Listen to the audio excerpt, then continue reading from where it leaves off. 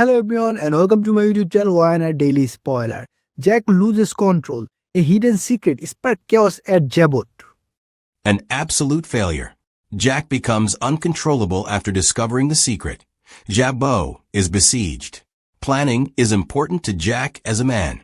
He also believes that loyalty is crucial. Finding a military strategy that deliberately depends on his mental collapse feels demeaning and betraying. However, mystery by itself cannot support the arc because the authors use identity and motive to give it structure.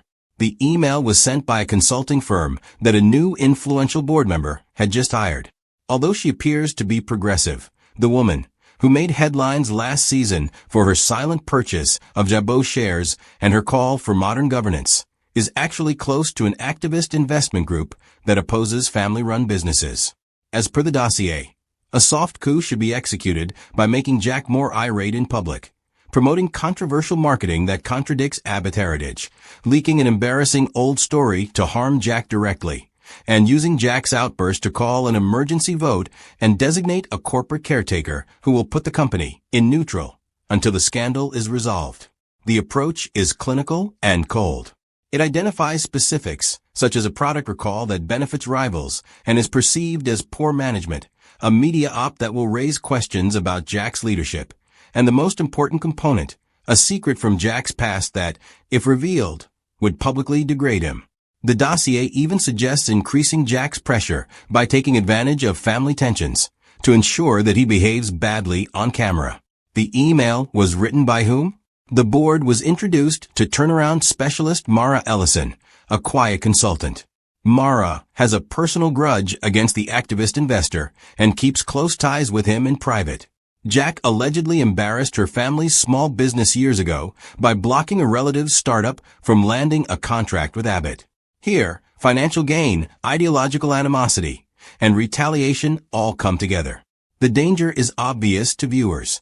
This escalation goes beyond corporate governance and involves surgical psychological warfare. When he snaps, Jack hears. Jack initially doesn't answer in public. He contacts staff, gathers evidence, and schedules a meeting with the consultant who received the email. When Jack corners them in the executive corridor, the consultant quickly hides in the newly installed conference suite. This is a common soap opera technique used when a board retreat is about to begin. Jack calmly, but angrily follows and slips into the nearby pantry to grab a glass of water. We move as soon as he snaps. In a private meeting at the retreat, Mara, the activist faction, and a few board members discuss their backup plans aloud, including timing, tone, and the psychological triggers that will make Jack implode. Their voices are low, casual, and clinical until Jack hears the words, "We just need him to lose control." For a man who has made a living by asserting his dominance, the sentence is explosive. Jack's breath shortens, a bead of sweat appears.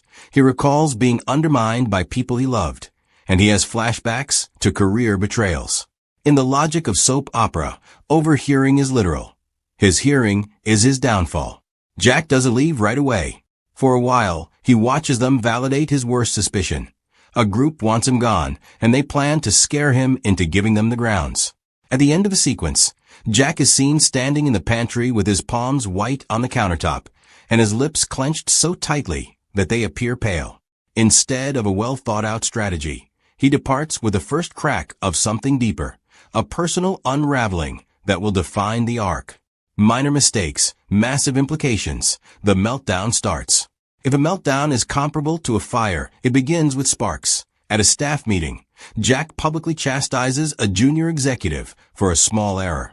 He has been trying to control this type of blow-up for years, but tonight he is unable to do so, and in turn unintentionally recorded the video, which quickly went viral on social media and internal channels. It's the first piece of information the activist wing needs to see in the public domain, even though it's just a tip of the iceberg.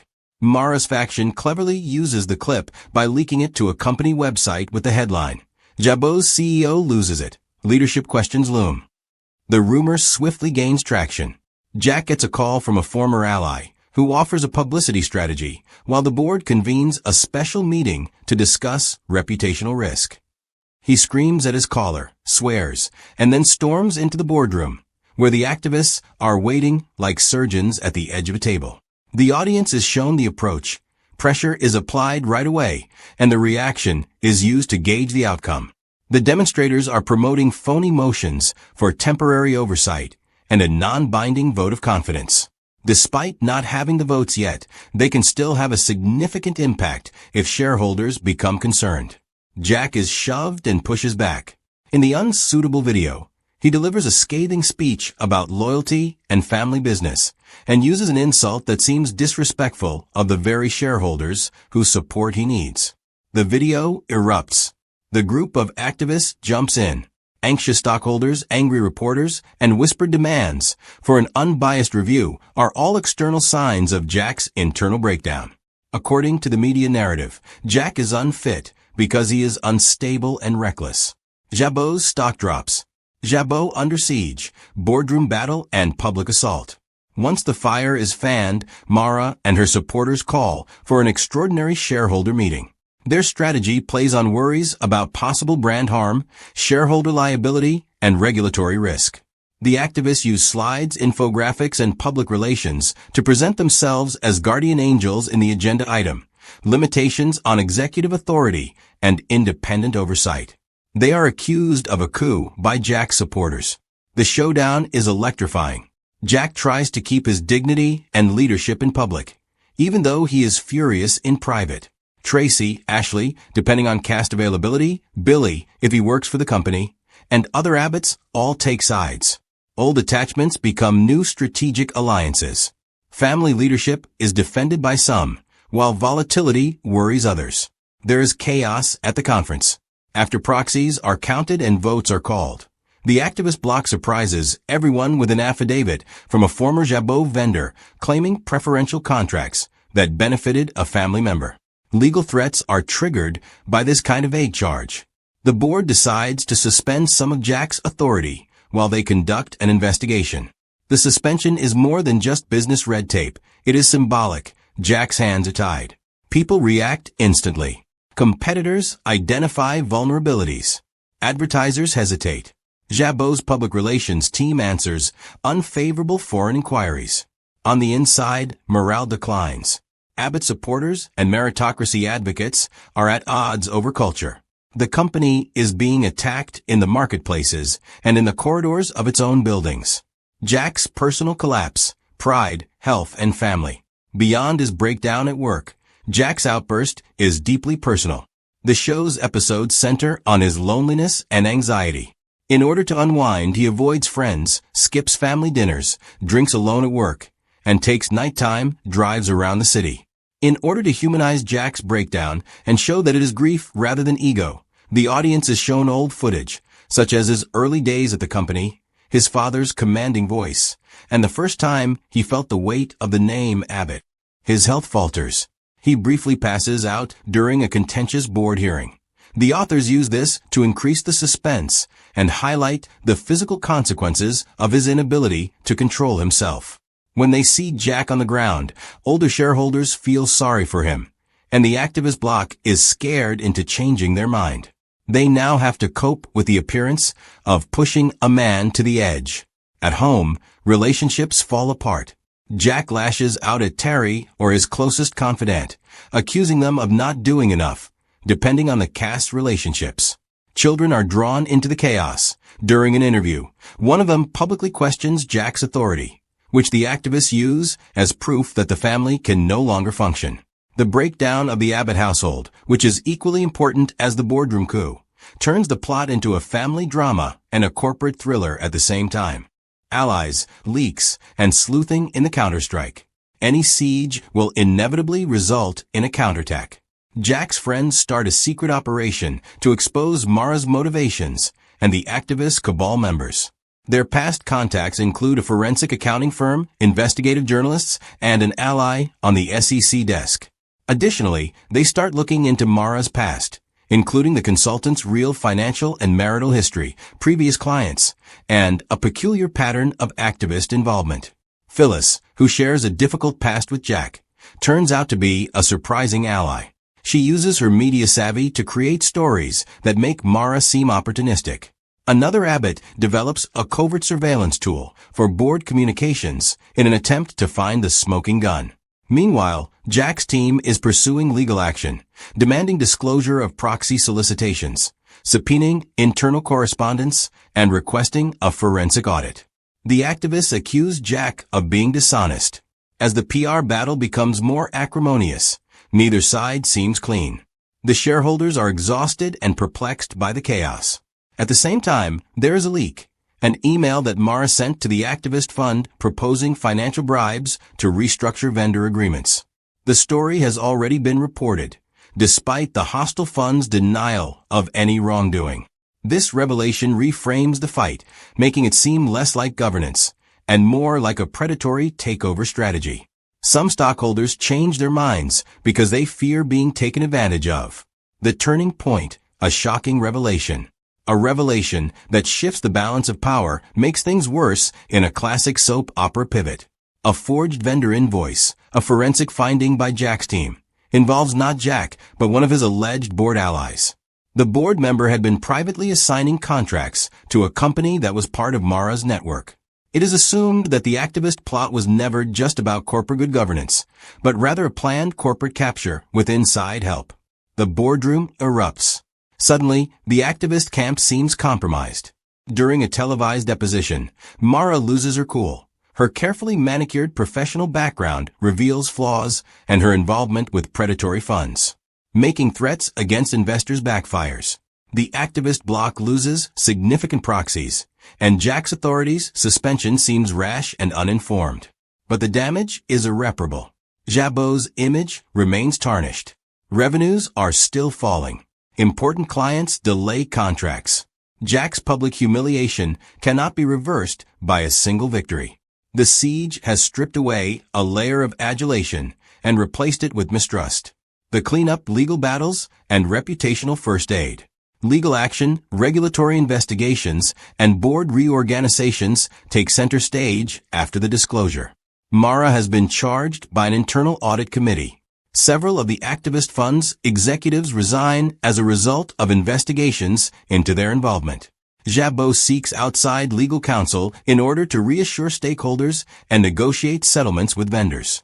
The company announces more governance initiatives, such as independent monitoring, stricter procurement laws, and transparency procedures, to reassure investors and the public. While Jack's supporters advocate for restoration, others argue that the time suggests a need for modernization. A settlement is negotiated with the implicated board member, and a number of resignations occur in the corporate theater. Jack is dissatisfied with every new leadership nominee because he wants loyalists. Jack loses complete control, but regains some limited authority as a result of the messy compromise. The board approves the exact measure Jack feared, an oversight committee that includes an activist representative. Supporters acknowledge the moral ambiguity. Jack wins some battles, but loses the larger, one involving unquestioned authority. The business survives, but the family legacy is changed.